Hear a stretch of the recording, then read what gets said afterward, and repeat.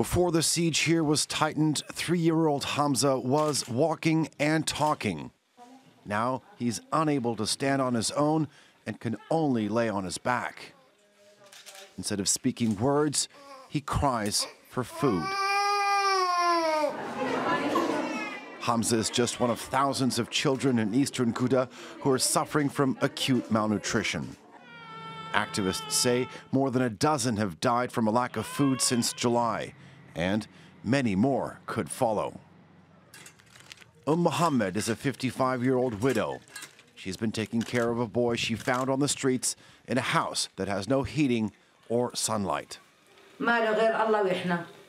I am having difficulty raising him. He needs medicine. He can't walk and doesn't eat well. His situation is very bad and has no one but God and me. The scarcity of food is the result of the Syrian regime's year-old siege. Shelves are almost empty, and prices for even locally produced products have become too expensive for ordinary people.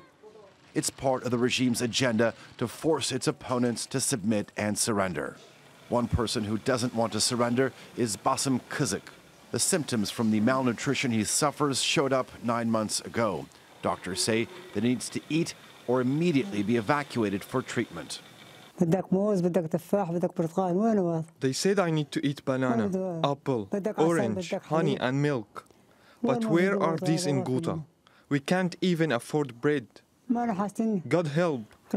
What can you buy when there is no one to help and there is no money? The siege is not the only tactic the regime is using. The people of Eastern Ghouta have been regularly targeted by airstrikes. After the latest round, people here walked among the rubble in disbelief. Bombs have destroyed buildings, leaving crumbled concrete and mangled steel. In a nearby hospital, a mother bids her son farewell, while doctors in the next room clean the dirty face of another dead child found buried under the rubble. Dozens of civilians have been killed since the weekend by regime airstrikes. All this killing and violence is happening in an area which is supposed to be among one of the 4 so-called de-escalation zones.